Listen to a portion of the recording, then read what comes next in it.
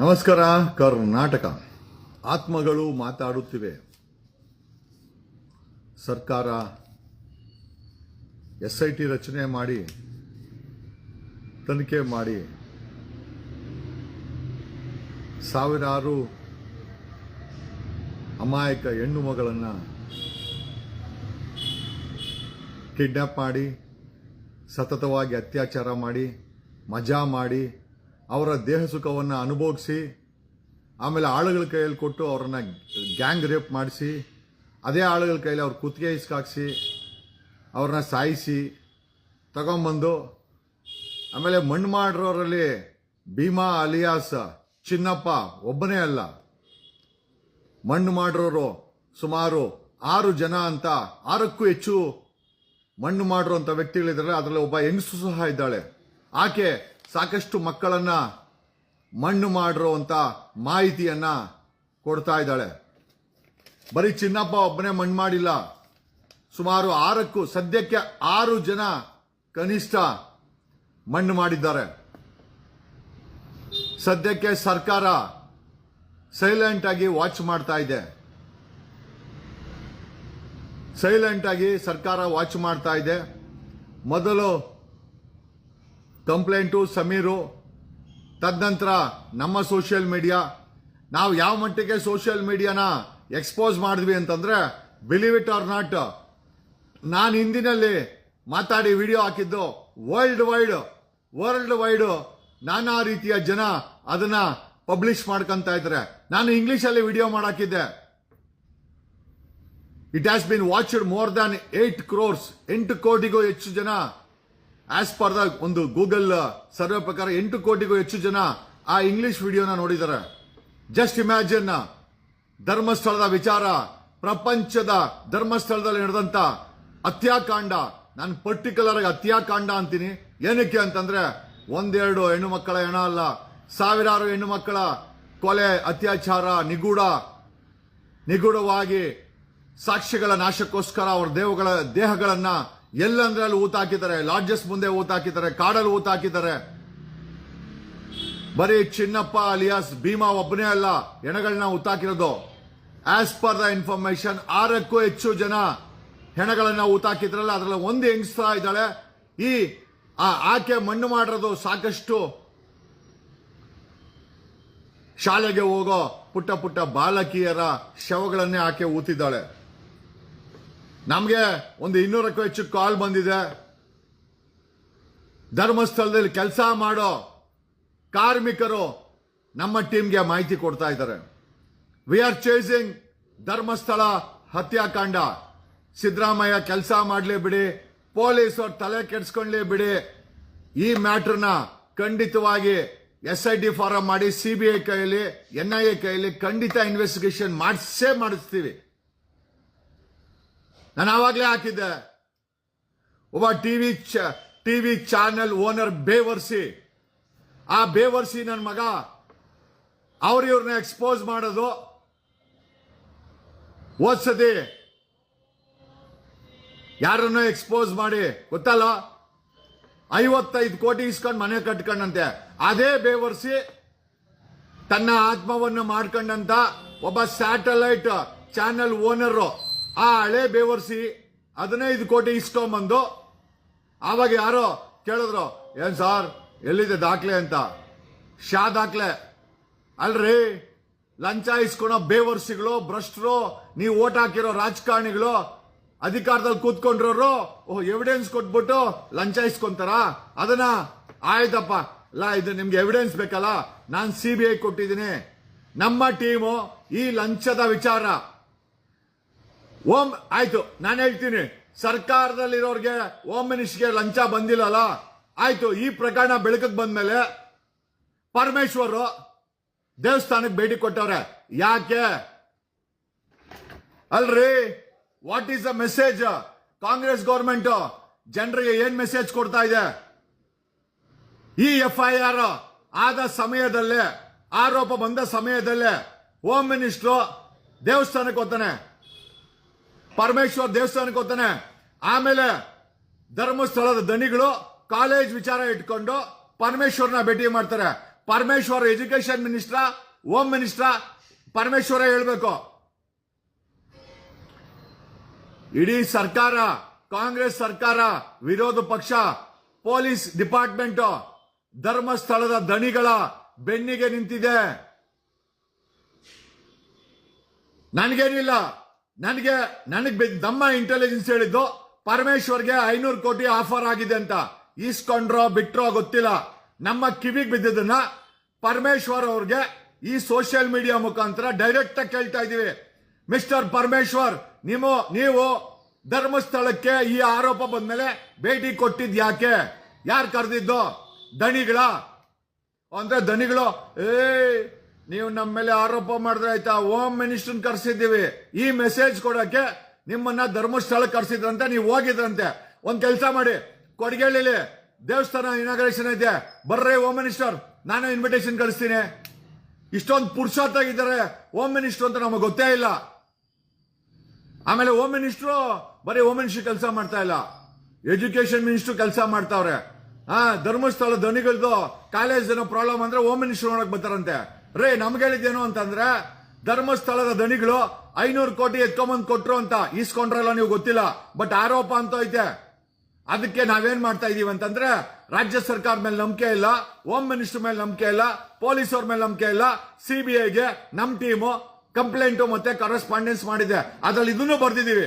Home minister 500 ಕೋಟಿ ಇಸ್ಕೊಂಡ್ರು ಅಂತ ಆರೋಪ ಇದೆ, ನಮಗೆ ಗೊತ್ತಿಲ್ಲ, ದಯಮಾಡಿ ತನಿಖೆ ಮಾಡಿ ಅಂತೇಳಿ we have written to already mister Parameshwar, we have written to CBI, ED and DRI and also income tax offence, income tax economic offence ವಿಂಗ್ಗೆ ವಿ ಹ್ಯಾವ್ ಇಂಟಿಮೇಟೆಡ್ ಬಿಕಾಸ್ 500 ಕೋಟಿ ಕ್ಯಾಶ್ ಅಲ್ಲಿ ಬಂದಿದ್ದು ಅಂತ ಹೇಳ್ತಾ ಇದ್ದಾರೆ.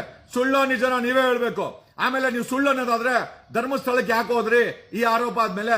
ಆಮೇಲೆ ಧರ್ಮಸ್ಥಳದ ದಣಿ ನಿಮ್ಮನ್ನ ಯಾಕೆ ಭೇಟಿ ಮಾಡ್ದ?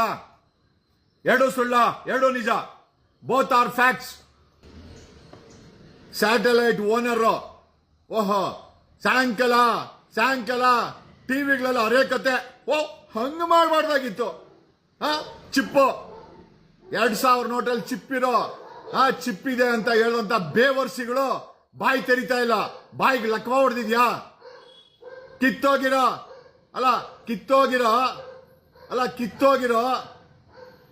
ಇವ್ರ ಹರಿಕತೆನ ಸಾಯಂಕಾಲ ಕೇಳ್ಬೇಕು.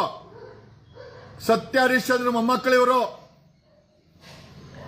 2000 ರೂಪಾಯಿ ನೋಟಲ್ಲಿ ಚಿಪ್ಪೆ ಐತೆ ಅಂತೇಳಿ ಓಲ್ಬಿಟ್ಟು ಸುಳ್ಳು ಬೇವರ್ಸಿಗಳೆಲ್ಲ ಬಾಯಿ ಮುಚ್ಕೊಂಡಿದ್ದಾರೆ. ಆ ಧರ್ಮಸ್ಥಳದ ದಣಿಗಳು ಎಷ್ಟು ಎಂಜಲ್ ಕಾಸು ಹಾಕಿರ್ಬೇಕು? ಯಾಕೆ ಸಮಾಜ ಈ ತರ ಇದೆ? ಸರ್ಕಾರಗಳು ಲೂಟಿ ಮಾಡಕ ಸರ್ಕಾರ ಇಷ್ಟು ದೊಡ್ಡ ಹತ್ಯಾಕಾಂಡ ಆಗಿದೆ. ಕಪ್ಪು ಚುಕ್ಕೆ ಇಲ್ಲದಂತ ಸಿದ್ದರಾಮಯ್ಯ ಪಾದಯಾತ್ರೆ ಅಪ್ಪಂದು ಎಲ್ಲೇ 2011ರಲ್ಲಿ ಸಿದ್ದರಾಮಯ್ಯನ ಪಾದಯಾತ್ರೆ ಎಲ್ಲ ಡೋಂಗಿ ಪಾದಯಾತ್ರೆ. ಆವತ್ತು ಅಧಿಕಾರ ಇರಲಿಲ್ಲ ಸಿದ್ದರಾಮಯ್ಯನಿಗೆ ಸಿಎಂ ಆಗಕ್ಕೆ, ಪಾದಯಾತ್ರೆ ಮಾಡ್ದ. ಈಗ ಅಧಿಕಾರ ಬಂದೈತೆ, ಧರ್ಮಸ್ಥಳದಲ್ಲಿ 1000ಕ್ಕೂ ಹೆಚ್ಚು ಹೆಣ್ಮಕ್ಕಳ ಹತ್ಯಾಕಾಂಡ ನಡೆದಿದೆ. ಈ ಕಡೆ ತಲೆ ಹಾಕೋ ಮಡಗಲ್ಲ. ಅಂದ್ರೆ ಈ ಸಿದ್ದರಾಮಯ್ಯ ಪಾದಯಾತ್ರೆ ಮಾಡಿದ್ದು ಏನಕ್ಕಾಯ ಮಾಡಿದ್ದು? ಅಧಿಕಾರಕ್ಕೋಸ್ಕರ, ಸೇವೆ ಮಾಡಕ್ಕಲ್ಲ. ಬಡವ್ರ ಹೆಣ್ಮಕ್ಳು, ಒಕ್ಕಲಿಗರ ಹೆಣ್ಮಕ್ಳು. ಆಮೇಲೆ ಇನ್ನೊಂದು ವಿಚಾರ, ಅಲ್ಲಿ ಮರ್ಡರ್ ಆಗಿ ಮಣ್ಣು ಮುಚ್ಚಿರೋದ್ರಲ್ಲಿ ಅತಿ ಹೆಚ್ಚಿನ ಹೆಣ್ಣು ಮಕ್ಕಳು ಅಂತಂದ್ರೆ ಬ್ರಾಹ್ಮಣರ ಹೆಣ್ಮಕ್ಳಂತೆ. ಅಲ್ರಿ, ಆ ದಣಿಗಳ ಮೇಲೆ ಆರೋಪ ಇದೆ. ಅತಿ ಹೆಚ್ಚಿನ ಹೆಣ್ಣು ಮಕ್ಕಳು ಮರ್ಡರ್ ಆಗಿರೋದು ಬ್ರಾಹ್ಮಣರ ಹೆಣ್ಮಕ್ಳು. ಬ್ರಾಹ್ಮಣರ ಸಮುದಾಯ ಏನ್ ಮಾಡ್ತಾ ಇದೆ? ಯಾರಾದ್ರೂ ಸಮುದಾಯಕ್ಕೆ ಕೆಟ್ಟ ಪದ ಬಳಸಿದ್ರೆ ಬೀದಿಗೆ ಬರ್ತೀರಾ? ಯಾಕೆ ಬರ್ತಾ ಇಲ್ಲ ಬೀದಿಗೆ? ನಮ್ಮನು ಒಕ್ಕಲಿಗ ರವಿ, CT ರವಿ ಇವತ್ತು ಬರ್ತ್ಡೇ. ನೆನ್ನೆ ಗಿಫ್ಟ್ ಕೊಟ್ಟಿದ್ದೀವಿ ಅವನ್ಗೂನು. OT ರವಿಗೆ ನೆನ್ನೆ ಗಿಫ್ಟ್ ಕೊಟ್ಟಿದ್ದೀವಿ. 3500 ಕೋಟಿ ಆಂಬ್ಯುಲೆನ್ಸ್ ಅಲ್ಲಿ ದುಡ್ಡು ಬಂತಂತೆ. ನಿಜನಾ ಸುಳ್ಳೋ ಗೊತ್ತಿಲ್ಲ. ಈಗ ಸರ್ಕಾರ ಮೌನ ಆಗಿರೋದು ನೋಡಿದ್ರೆ 3500 ಕೋಟಿ ಹಣ ಬಂದಿರೋದು ನಿಜ ಅಂತ ನಮಗೆಲ್ಲ ಅನ್ನಿಸ್ತಾ ಇದೆ. ಕ್ಯಾಶ್, ಆಂಬ್ಯುಲೆನ್ಸ್ ಅಲ್ಲಿ ಕ್ಯಾಶ್ ಬಂತಂತೆ. ಬಂದಿಲ್ಲ ಅಂದ್ರೆ SIT ಮಾಡಕ್ಕೆ ಸಮಸ್ಯೆ ಏನೋ? ಯಾಕೆ ಮೀನಾಮೇಷ? ಯಾಕೆ ಮೌನವಾಗಿದೆ ಹೋಮ್ ಮಿನಿಸ್ಟ್ರು? ಸಿದ್ದರಾಮಯ್ಯ ಯಾಕೆ ಮೌನವಾಗಿದ್ದಾರೆ? DK ಶಿವಕುಮಾರ್ SIT ಮಾಡಬೇಡ ಅಂತ ಯಾಕೆ ಹೇಳ್ತಾ ಇದ್ದಾರೆ? ಹೇಳಿ ಸರ್ಕಾರ. ದುಡ್ಡು ಇಸ್ಕೊಂಡಿಲ್ಲ ಅಂದ್ರೆ SIT ಮಾಡಬೇಕಾಗಿತ್ತು. ಈಗ ಮೌನವಾಗಿದ್ದು SIT ಮಾಡ್ತಾ ಇಲ್ಲ ಅಂತಂದ್ರೆ 3,500 ಕೋಟಿ ಕ್ಯಾಶ್ ಬಂದಿರೋದು 100% ನಿಜ ಅಂತ ನಾವೆಲ್ಲ ಅನ್ಕೊಂಡ್ಲೇಬೇಕು. ನಾವು ಕಂಪ್ಲೇಂಟ್ ಬರೆದಿದ್ರಿ. We also written to CBI and ED ಮತ್ತೆ CBIಗೆ ಈ ತರ 3,500 ಕೋಟಿ ಲಂಚ ಹಣ ಕೊಟ್ಟು ಧರ್ಮಸ್ಥಳದ ದಣಿಗಳು ಸರ್ಕಾರವನ್ನ ಕೊಂಡ್ಕೊಂಡಿದ್ದಾರೆ. ಹಂಗಾಗಿ ಇದ್ರ ಬಗ್ಗೆ ತನಿಖೆ ಆಗಬೇಕು. ಸ್ಯಾಟಲೈಟ್ TV ಚಾನೆಲ್ ಓನರ್ 25 ಕೋಟಿ ರೂಪಾಯಿಂದು ಮನೆ ಕಟ್ಟವನೆ. ಅವಂದು ಇನ್ಕಮ್ ಟ್ಯಾಕ್ಸ್ ರೇಡ್ ಮಾಡಿ, ಆ ಬೇವರ್ಸಿ ನನ್ನ ಮಗಂದು ಇನ್ಕಮ್ ಟ್ಯಾಕ್ಸ್ ರೇಡ್ ಮಾಡಿ, ಬೇವರ್ಸಿ ತರ ತನ್ನನ್ನ ತಾನು ಆಂಕರ್ ಅಂತ ಕೂತ್ಕೊಂತಾನೆ. ಅಂತ ಬೇವರ್ಸಿಗಳು, ಅಂತ ಬೇವರ್ಸಿ ಚಾನೆಲ್ ಓನರ್ಗಳು ಕರ್ನಾಟಕದ ಮರ್ಯಾದಿನ ಮಣ್ಣು ಮುಕ್ಕಿಸ್ತಾ ಇದ್ದಾರೆ. ಹೆಣ್ಣು ಮಕ್ಕಳ ಪ್ರಾಣಕ್ಕೆ ಮಾನಕ್ಕೆ ಅವ್ರ ಮನೆ ಹೆಣ್ಣು ಮಕ್ಕಳು ಹೆಣ ಬೀಳ್ಬೇಕ್ರಿ, ಖಂಡಿತ ಬೀಳ್ಬೇಕು. ಧರ್ಮಸ್ಥಳ ಮಂಜುನಾಥ ಇದ್ದಾನೆ, ಅಣ್ಣಪ್ಪ ಇದ್ದಾನೆ. ನಿಮಗೆ ಆಗಬಾರ್ದಾಗತ್ತೆ ಇದು ಖಂಡಿತ.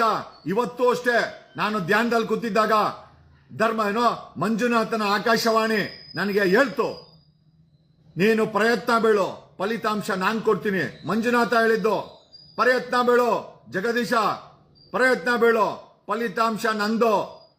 ನನಗೂ ಧರ್ಮಸ್ಥಳ ಮಂಜುನಾಥನ್ಗೆ ಸಫೋಕೇಶನ್ ಆಗಿದೆ ಈ ಮರ್ಡರಿಂದ, ಈ ರೇಪಿಂದ. ಅವನಿಗೆ ಇಲ್ಲಿ ಇರಕ್ಕಾಗ್ತಾ ಇಲ್ಲ ಅಲ್ಲಿ. ಅಷ್ಟರ ಮಟ್ಟಿಗೆ ಆ ದೈವವನ್ನ ಕೊಲೆಗಳು ಹಿಂಸೆ ಮಾಡಿ, ಮರ್ಡರ್ ಮಾಡಿ, ರೇಪ್ ಮಾಡಿ, ಆ ದೈವಕ್ಕೂ ಕೂಡ ಅಷ್ಟು ಬೇಜಾರಾಗಿದೆ. ಆಮೇಲೆ ಆ ದೈವ ಹೇಳ್ತು ಧ್ಯಾನದಲ್ಲಿ ಕೂತ್ಕೊಂಡಾಗ, ಈ ಕೊಲೆಗಾರರ ಅರೆಸ್ಟ್ ಆದ್ಮೇಲೆ ಇಡೀ ಧರ್ಮಸ್ಥಳವನ್ನ ನೇತ್ರಾವತಿಯಿಂದ ನೀರ್ ತಗೊಂಬಂದು ಗಂಡು ಮಕ್ಕಳೇ ತೊಳಿಬೇಕಂತೆ, ಹೆಣ್ಣು ಮಕ್ಕಳು ಮುಟ್ಟಂಗಿಲ್ಲ. ದೈವದ ಆಜ್ಞೆ, ಮಾಡಿದ್ರೆ ಮಾಡಿ, ಬಿಟ್ರೆ ಬಿಡಿ. ಇಲ್ಲ ಧರ್ಮಸ್ಥಳದ ಮಂಜುನಾಥನು ಹೊಗೆ ಹಾಕ್ತಾನೆ, ಹಾಕ್ಸ್ಕೊಳ್ಳಿ. ಗಂಡು ಮಕ್ಕಳು, ಹಿಂದೂ ಗಂಡು ಮಕ್ಕಳು ಈ ಪಾಪಿಗಳ ಅರೆಸ್ಟ್ ಆಗ್ತದೆ. ಯಾಕಂದ್ರೆ ಹೇಳ್ರದ್ ಬೇರೆ ಯಾರು ಅಲ್ರಿ, ಧರ್ಮಸ್ಥಳದ ಮಂಜುನಾಥನ ಆಕಾಶವಾಣಿನೇ ಹೇಳಿದೆ. ಈ ಕೊಲೆಗಾರರನ್ನ ಅರೆಸ್ಟ್ ಮಾಡಿಸ್ತಾನೆ ಮಂಜುನಾಥನ ಆಕಾಶವಾಣಿ ಇವತ್ತು ಹೇಳ್ತು. ಅವ್ರ ಅರೆಸ್ಟ್ ಆದ್ಮೇಲೆ ಮಂಜುನಾಥನ ಆಕಾಶವಾಣಿ ಹೇಳಿದ್ದು, ಹಿಂದೂ ಕರ್ನಾಟಕದಲ್ಲಿರೋ ಹಿಂದೂಗಳು, ಅದರಲ್ಲಿರುವಂತ ಗಂಡು ಮಕ್ಕಳು ಹೋಗಿ ಆ ನೇತ್ರಾವತಿ ನದಿಯಿಂದ ಬಿಂದಿಗೆಯಲ್ಲಿ ನೀರೆತ್ಕೊಂಡ್ಬಂದು ಇಡೀ ಧರ್ಮಸ್ಥಳವನ್ನ ಶುದ್ಧಿ ಮಾಡಬೇಕು ಅಂತ ಧರ್ಮಸ್ಥಳ ಮಂಜುನಾಥನೇ ಇವತ್ತು ತನ್ನ ಆಕಾಶವಾಣಿಲಿ ನನಗೆ ಧ್ಯಾನದಲ್ಲಿ ಕೂತ್ಕೊಂಡಾಗ ಹೇಳ್ದ, ಗಂಡು ಮಕ್ಕಳೇ ಮಾಡ್ಬೇಕಂತೆ, ಹೆಣ್ಣು ಮಕ್ಕಳು ಮುಟ್ಟಂಗಿಲ್ಲ. ಹೆಣ್ಣು ಮಕ್ಕಳು ನಿಂತ್ಕೊಂಡು ನೋಡ್ಬೋದು. ಗಂಡು ಮಕ್ಕಳು ನೇತ್ರಾವತಿಯಿಂದ ನೀರು ತಗೊಂಡ್ಬಂದು ಈ ಪಾಪಿಗಳು ಅರೆಸ್ಟ್ ಆದ್ಮೇಲೆ, ಈ ಪಾಪಿಗಳಿಗೆ ಜೈಲು ಕಳಿಸಿದ ಮೇಲೆ ಆ ಧರ್ಮಸ್ಥಳವನ್ನ ತೊಳಿಬೇಕಂತ ನನ್ನ ಆಕಾಶವಾಣಿನಲ್ಲಿ ನಾನು ಧ್ಯಾನದಲ್ಲಿ ಕೂತ್ಕೊಂಡಾಗ ಭಗವಂತ ಹೇಳ್ದ. ನಂಬ್ರೆ ನಂಬಿ, ಬಿಟ್ರೆ ಬಿಡಿ, ನನಗೇನಾಗಬೇಕಾಯ್ತೆ. ತೊಳೆದಿಲ್ಲ ಅಂತಂದ್ರೆ ಮಂಜುನಾಥ್ನು ಆಗ್ತಾನೆ ಹೊಗೆ ನಿಮ್ಗೆಲ್ಲ. ಅಲ್ಲ ಹೇಳಿದ್ದು ಹೇಳ್ದಪ್ಪ, ನೀವು ಮಾಡ್ರಿ ಬಿಡಿ ನಿಮಗ್ ಬಿಟ್ಟಿದ್ದು, ನಂಬ್ರಿ ಬಿಡಿ ನಿಮಗ್ ಬಿಟ್ಟಿದ್ದು. ಅವ್ನು ಯಾರೋ ಹೋ ಅಂತ ದೆವ್ವ ಬಂದಾಗ ಮೈ ಮೇಲೆ ದೇವ್ರು ಬರ್ತದೆ ಅಂತ ಪುಂಗಿದ್ರೆ ಪುಂಗಿಸ್ಕೊಂತೀರಾ? ನಾವು ಧ್ಯಾನದಲ್ಲಿ ಕೂತ್ಕೊಂಡು ಅದೇ ದೈವತ್ವ ಆಕಾಶವಾಣಿ ಮುಖಾಂತರ, ನಾನೇನೋ ದೆವ್ವ ನನ್ನ ಮೈ ಮೇಲೆ ಬರಲ್ಲ, ದೇವರು ಬರಲ್ಲ. ನಾನು ಧ್ಯಾನ ಕೂತ್ಕೊಂಡಾಗ ಒಂದು ಆಕಾಶವಾಣಿ ಮಾತಾಡುತ್ತೆ. ಓಕೆ, ಕಳೆದ 4 ದಿವಸದಿಂದ ಧರ್ಮಸ್ಥಳ ಮಂಜುನಾಥನ ಆಕಾಶವಾಣಿ ನುಡಿತಾ ಇದೆ ಅಂತ ನನಗೆ ಅನ್ನಿಸ್ತಾ ಇದೆ. ನನಗೆ ಕೇಳಿಸ್ತು, ಹೇಳ್ದೆ. ನಂಬಿದ್ರೆ ನಂಬಿ, ಇಲ್ಲ ಬೂಟಾಟಿಕೆ ಅಂದ್ರೆ ನಿಮ್ಮ ಮನೆ ಬರ. ಒಂದಂತ ನಿಜ, ಧರ್ಮಸ್ಥಳ ಮಂಜುನಾಥ ಹೇಳಿದಾನೆ, ಸಿದ್ದರಾಮಯ್ಯ ಮಾಡ್ತಾನೋ ಬಿಡ್ತಾನೋ, CBI ಮಾಡ್ತಾ ಬಿಡುತ್ತಾ, ಕೋರ್ಟ್ ಮಾಡ್ತಾ ಬಿಡುತ್ತಾ. ಆದರೆ ಮಂಜುನಾಥನ ವಾಣಿ ಸುಳ್ಳಂತೂ ಆಗಲ್ಲ. ಮಂಜುನಾಥ ಹೇಳಿದ್ದಾನೆ 100% ಈ ಪಾಪಿಗಳು ಅರೆಸ್ಟ್ ಆಗ್ತಾರೆ, ಮಂಜುನಾಥನ ಆದೇಶ ಆಗಿದೆ, ನಾವೇ ತಲೆ ಕೆಡಿಸ್ಕೊಬೇಕು, ಮಾಡ್ತಾನೆ ಬಿಡು ಅಂತ ಹೇಳಿದ್ರೆ ಪ್ರಯತ್ನ ನಿಂದಿರ್ಲಿ, ಫಲಿತಾಂಶ ನಾನು ಕೊಡ್ತೀನಿ ಅಂತ ಮಂಜುನಾಥ ಹೇಳಿದಾನೆ. ಈ ಪಾಪಿಗಳ ಅರೆಸ್ಟ್ 100% ಆಗಿಯೇ ಆಗುತ್ತೆ. ಅಲ್ಲಿವರೆಗೂ ನಾವಂತೂ ಸುಮ್ಮನೆ ಇರಲ್ಲ.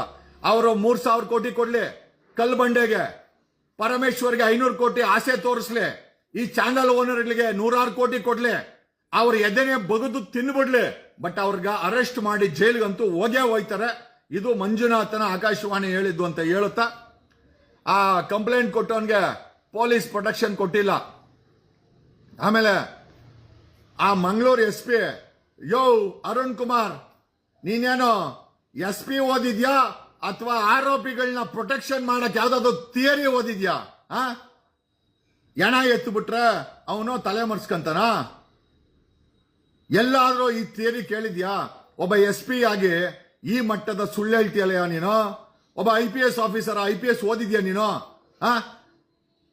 ಧರ್ಮಸ್ಥಳದ ದಣಿಗಳು ಎಷ್ಟೆಷ್ಟು ಕೋಟಿ ಬಿಸ್ಕೆಟ್ ಬಿಸಾಕಿರ್ಬೇಕೋ, ಎಷ್ಟೆಷ್ಟು ಕೋಟಿ ಬಿಸ್ಕೆಟ್ ಬಿಸಾಕಿರ್ಬೇಕೋ. ಪೊಲೀಸ್ ಇಲಾಖೆ, ಸರ್ಕಾರ ನಡೆಸ್ತಾ ಇರೋರು, ಬ್ರೋಕರ್ಗಳು, ಟಿವಿ ಚಾನೆಲ್ ಓನರ್ಗಳು, ಯಾವ ಮಟ್ಟಕ್ಕೆ ನಿಮ್ಮ ಆತ್ಮ ಮಾಡ್ಕೊಂಡಿದ್ದೀರಾ? ನಿಮ್ಮ ಆತ್ಮಗಳಿಗೆ ಆ ದೇವ್ರು ಬಗ್ದು ಊತಾಕ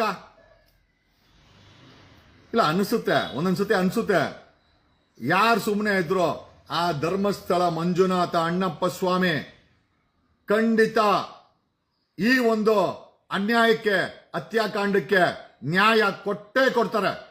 ನನಗೆ ನಂಬಿಕೆ ಇದೆ. I believe. ನಾನು ಹೇಳ್ತೀನಿ ಯಾವಾಗ್ಲೂ, words are very powerful. Okay, speak with fluency, ಸ್ಪಷ್ಟತೆ ಇರಲಿ ಮಾತಾಡ್ಬೇಕಾರೆ. ಯಾಕಂದ್ರೆ ಆಡಿದ ಮಾತಿದೆಯಲ್ಲ ಅದು ಕೂಡ ವೈಬ್ರೇಷನ್ಸು. ನೀವು ಸತ್ಯವಾಗಿದ್ದು ಹೇಳಿದ್ರೆ ಅದು ಸತ್ಯ ಆಗೇ ಆಗುತ್ತೆ. ಓಕೆ, ಏನೇ ವಿಚಾರ ಇರಲಿ ಸ್ನೇಹಿತರೆ, ಈ ಹತ್ಯಾಕಾಂಡಕ್ಕೆ ಕರ್ನಾಟಕದಲ್ಲಿ ಒಂದಷ್ಟು ಜನಕ್ಕೆ ಕೆಚ್ಚದೆ, ತಾಕತ್ತಿದೆ, ನ್ಯಾಯ ಕೊಡಿಸೋ ದಮ್ಮಿದೆ ಅಂತ ಪ್ರೂವ್ ಮಾಡಲೇಬೇಕು. We will prove it.